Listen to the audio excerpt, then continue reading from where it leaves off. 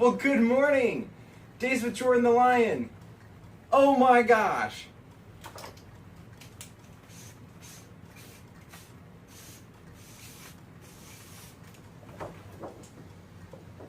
Episode 100. Oh, wait.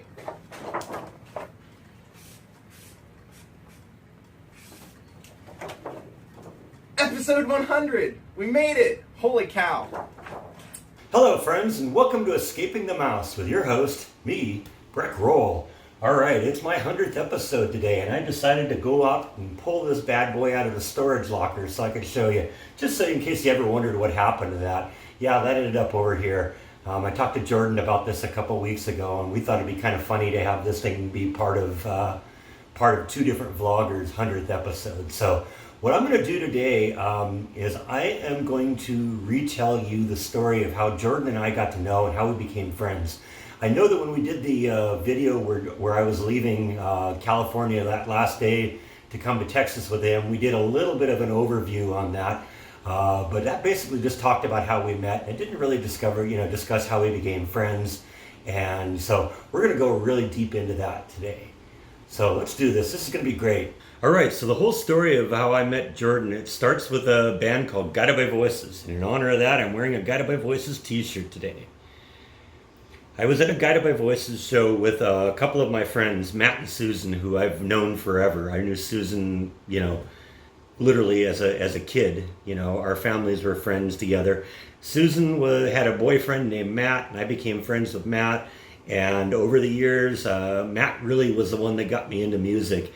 And he got me into Guided by Voices. He struggled for a long, long time to do that.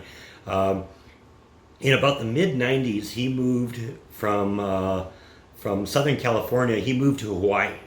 And Matt was always a real music lover. So he kind of struggled living in Hawaii because there weren't really a whole lot of good radio stations.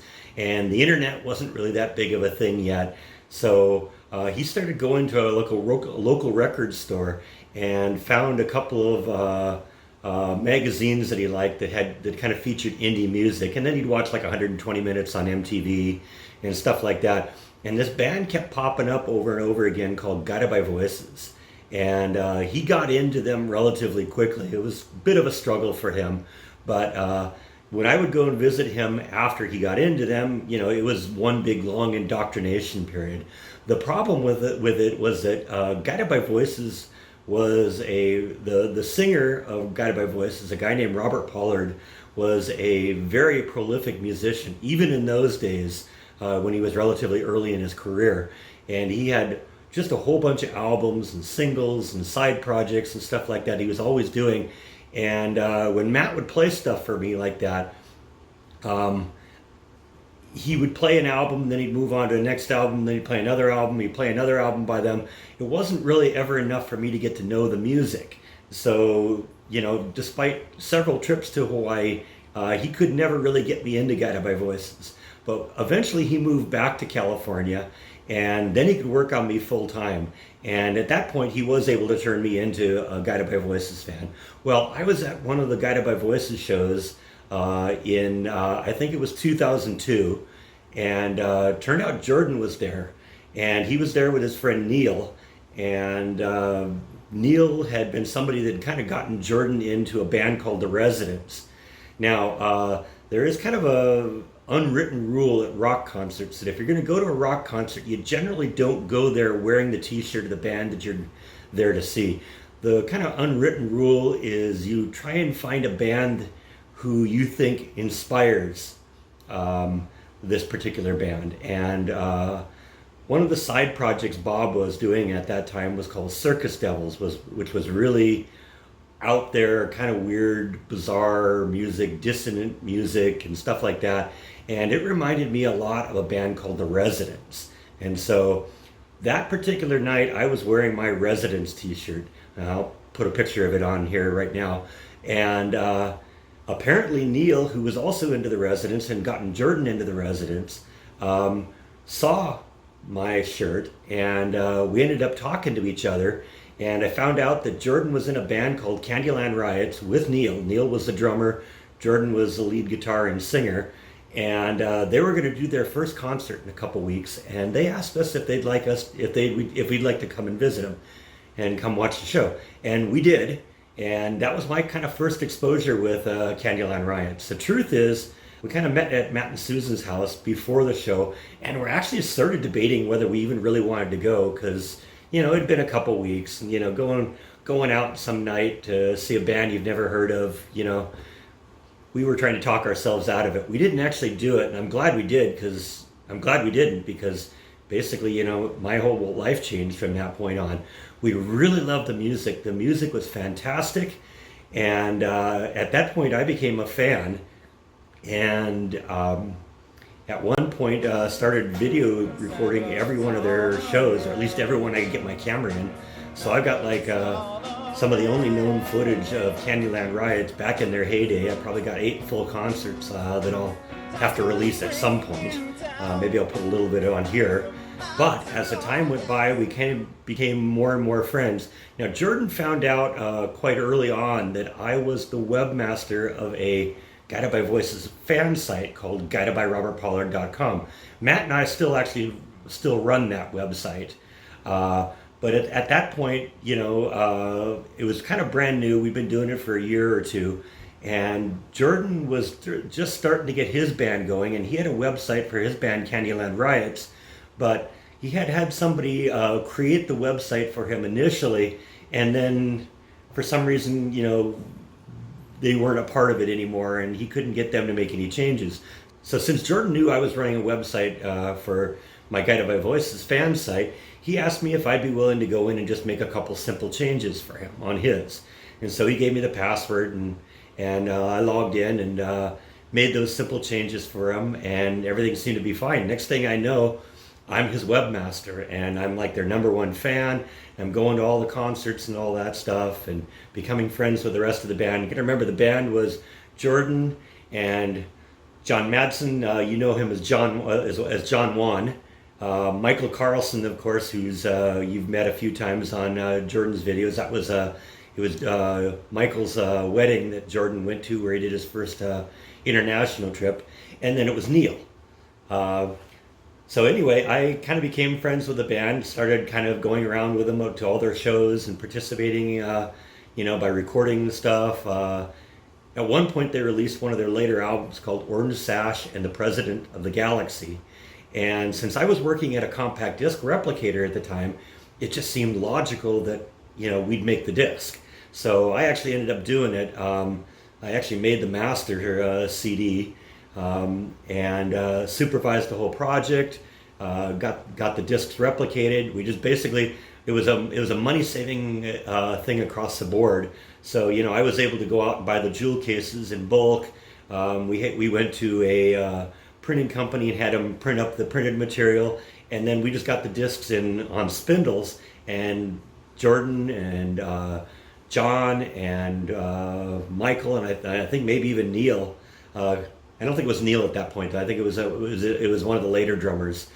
Came over, and we hand packaged all 500 copies of those CDs. And shortly after that, Jordan kind of stopped with the Candyland Riots. It wasn't really going where he wanted to go, but he still loved doing music, and he recorded some songs for kind of a little solo album, an acoustic solo album thing. He recorded those in my house. And I still got recordings of all that stuff that we'll have to kind of expose you to at some point. But we started going from there, and Jordan, was starting to get into some of the different things he was into. He was starting to get into acting a little bit because the music thing wasn't working out. And he was even thinking at one point about doing some comedy. So he was hanging out at the comedy store a lot. And, we'd continue to go to Guided by Voices concerts, and we'd go to other concerts. We went and saw The Residents and, I don't know, many, many different bands over the years that I went to with him. We just hang out a lot, had a lot of good times together. And it just kind of continued, and it kind of kept growing and growing and growing. And eventually I started going with him regularly to the Comedy Store. We go out and, just go hang out and have fun, or just go to his house and watch movies, stuff like that. and eventually he started getting into the vlogging. And of course, I was there right from the beginning. I think the first day that he posted his first vlog, he sent it to me to get my opinion, and I was one of his first subscribers, and I've been here from the beginning. And I've also sort of been his kind of technical resource. Now, Jordan's getting a lot better with technology because of all of his work on the vlog. But early on, and even today, to some extent, you know, technology is sometimes a little intimidating to him. So he had requested, among other things, that I take custody of all of the episodes, to archive all of his episodes. On one of his early Amazon wishlist things, he put a 5 terabyte hard drive on the list. And when somebody got that for him, he gave it to me, and that became the hard drive that we archive all of the episodes on. So yeah, I've been a fan of Jordan for years and years and years. You know, it's probably going on, what, 16, 17 years now. He's been kind of my closest friend. We've gone to hang out at different concerts and fun events together.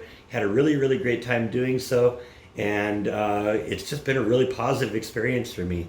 Then about back around the first of the year, Jordan knew I was leaving California. I'd kind of made the decision last summer that I was going to do it, but really started working hard towards it once we got kind of towards the first of the year, where all the hours at work dried up and I wasn't working at all. So I was like working, you know, a whole bunch of hours every day on the house, getting the house ready to sell, because I actually ended up painting the inside of the house twice, because I painted it once and then I called the realtor, and the realtor says, yeah, you're not going to probably like me a whole lot, but this isn't really a good color. It isn't an inviting color. And so she kind of recommended this gray and white color. I don't really like that, but you know what? She was the realtor, and she helped. You know, she was the one that knew how to sell houses and what people wanted, and she thought the gray and the white looked modern. I thought it looked cold and uninviting, but you know what? She's the expert, so I decided to let her decide, and I painted it just the way she suggested. And you know, in the end, we ended up selling the house and getting more money out of it than I thought we would. So that was all a very positive thing. And Jordan was sort of involved in all of that all along. You know, he helped me load the pods. He came over a few times and helped me paint the house. The first time, actually, when I was painting it my wild colors. And so that is how I got to know Jordan, and how I've become friends, and how that friendship has evolved over the last few years. I really hope you enjoyed this one today, and I hope you enjoyed the live stream we did a little bit earlier today. But I really wanted to, you know, do something special for the 100th episode, because, you know, that only happens once. And it was a big event when it happened to Jordan, and it's hopefully going to be a big event for me too. So I hope you enjoyed this. Thank you as always for watching, and I will see you next time on Escaping the Mouse. Good night.